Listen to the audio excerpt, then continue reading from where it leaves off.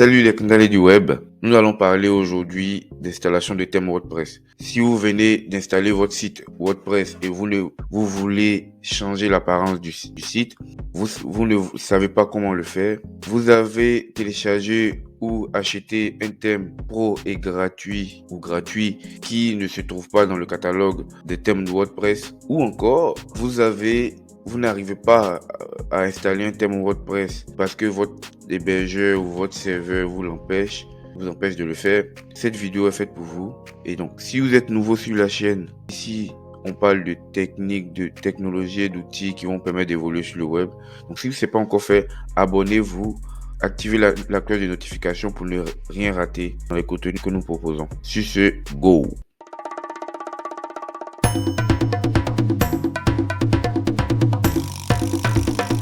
Pour cette première méthode, qui est la plus simple des méthodes pour installer un thème WordPress, quand vous venez d'installer la dernière version de WordPress, vous avez votre site qui s'affiche comme ça. Donc on va aller dans le tableau de bord, et une fois dans le tableau de bord, on va dans apparence, thème. Donc par défaut, nous avons ces trois thèmes là qui sont disponibles, donc qui sont fournis par WordPress. Donc chaque année, WordPress nous ajoute de nouveaux thèmes. Chaque année, vous voyez là, on a 2022. Donc, chaque année, on a WordPress qui nous donne de nouveaux thèmes. Donc l'année prochaine, donc en 2023, on aura un thème qui va s'appeler 2023. Voilà. Et donc, nous, aujourd'hui, ce qu'on veut faire, c'est d'installer un thème WordPress à partir du catalogue de WordPress, à partir de cette interface là, donc à partir d'apparence. Donc ici on voit, c'est simple, add new. Donc je clique là et on a WordPress qui nous propose une multitude de thèmes, des plus populaires, les derniers rajoutés, les favoris et ainsi de suite. Donc nous on va choisir un thème que nous allons installer et configurer. Vous voyez, celui-là c'est le 2017, donc celui de 2017 qu'on va décider d'installer. Donc on clique sur install, donc ou installer dans la version française. Tac, c'est bon. Là, je vais activer pour activer le thème. Je reviens là, j'actualise. Notre thème est installé et immédiatement il a changé l'apparence de notre site. Donc la deuxième méthode, qui est l'une des méthodes les plus utilisées. Pourquoi? Parce que quand on achète un nouveau thème ou on télécharge un thème sur un autre catalogue, on est obligé de passer par cette méthode là pour pouvoir installer notre site, pour pouvoir installer notre thème WordPress. Donc, nous passons à la deuxième méthode. Pour la deuxième méthode, on va aller dans le catalogue de WordPress. Donc WordPress, le site de WordPress, le site officiel de WordPress, qui est wordpress.org. Alors non, j'écris n'importe quoi. Donc wordpress.org. Et ici, on vient dans thème. On voit qu'ici on a une multitude de thèmes. Donc si on regarde bien, on a 4885 thèmes. Et donc ici on va choisir un thème qui nous plaît et l'installer, le télécharger. Donc on prend Nestia qui est pas mal. Donc ici, si on fait preview, on peut voir à quoi est-ce que ça ressemble. Voilà, donc notre site doit ressembler à ça. Donc je fais download, donc téléchargement. C'est bon, le thème il est téléchargé. Je viens ici, je fais add news, upload thème, donc téléverser. Donc ici je fais ça, ici déposer, ou je fais parcourir pour aller récupérer le fichier compressé dans le dossier de téléchargement ou dans le dossier dans lequel il a été installé. Donc ici je fais install. Non, ça peut prendre quelques minutes en fonction de... Là c'est très rapide parce que le réseau le peut même. Donc ici on demande d'activer. Donc on peut l'activer directement ici, comme aller l'activer dans le thème. Donc si je fais ça, tac, il a activé le thème. Donc si je viens là et que j'actualise, vous verrez que voilà, le thème il a changé. Pas génial. Donc si il a changé, et bon, c'est vrai que ça ne ressemble pas à ce qu'on a vu, mais ça a changé. Et en fait, c'est dans la partie customisation que normalement on va faire apparaître tout ce qu'on a vu de l'autre côté. Donc c'est-à-dire ça.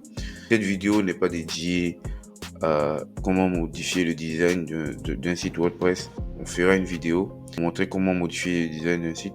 Et en ce moment-là, on verra comment le faire. On va passer à la troisième méthode. La troisième méthode est une méthode qui peut nous sauver la vie dans plusieurs cas.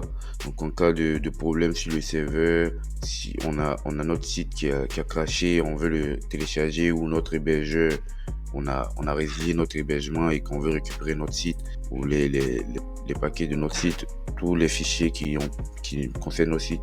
C'est une méthode qui est très importante. C'est la méthode la plus complexe parce qu'il faut avoir un logiciel pour le faire sur son ordinateur. Il faut télécharger des éléments et il faut récupérer les identifiants chez l'éditeur, chez l'hébergeur. Mais c'est très important. Donc n'hésitez pas à prêter attention à cette méthode parce que c'est une très bonne méthode qui sauve des vies. Sur ce, go. Pour la troisième méthode, nous allons utiliser ce qu'on appelle un client FTP. Un client FTP, c'est une application qui permet de transférer des fichiers vers le serveur sur lequel votre site est hébergé. Comme nous l'avons vu dans une vidéo précédente dans laquelle on a montré comment installer de 3 manières un plugin ou une extension WordPress. Donc si vous ne l'avez pas encore vu, n'hésitez pas à la visionner après cette vidéo. Ça vous permettra de mieux comprendre le concept d'FTP. Si vous ne le comprenez pas toujours, n'hésitez pas à laisser des commentaires pour qu'on vous explique ou vous montre ou on fasse une vidéo qui vous permette de maîtriser cette méthode-là. C'est une méthode qui est très importante, comme je l'avais dit, parce qu'elle permet de faire plusieurs choses. On va déjà choisir le thème, le télécharger, le décompresser et l'installer à travers cette méthode-là. Et après, je vous montrerai une autre petite technique bonus. C'est parti. On choisit un thème. Donc ici, on va choisir ce thème-là. On est toujours sur le catalogue de WordPress en ligne. Donc ici, on a choisi ce thème-là, Chrome News. On le télécharge normalement, on le décompresse. Et une fois que c'est fait, on ouvre notre client FTP. Ici, celui qu'on utilise, c'est FileZilla, qui est le client FTP le plus répandu, le plus utilisé. Vous avez d'autres clients tels que WinSCP, qui sont aussi décrits dans la vidéo sur le plugin. N'hésitez pas à aller la regarder une fois. Donc là, une fois qu'on est connecté, on va décompresser, on va récupérer le dossier qui a été décompressé ici. Une fois qu'on est connecté, on a accès à un ensemble de dossiers, de fichiers que définit ici. Donc cette partie-là, c'est notre serveur, c'est notre site. Cette partie-là, c'est notre ordinateur. Donc ici, vous avez WP Content qui contient tous les éléments qu'on va rajouter à WordPress. Donc les plugins, les thèmes, les langages et tout ça. Les langues plutôt.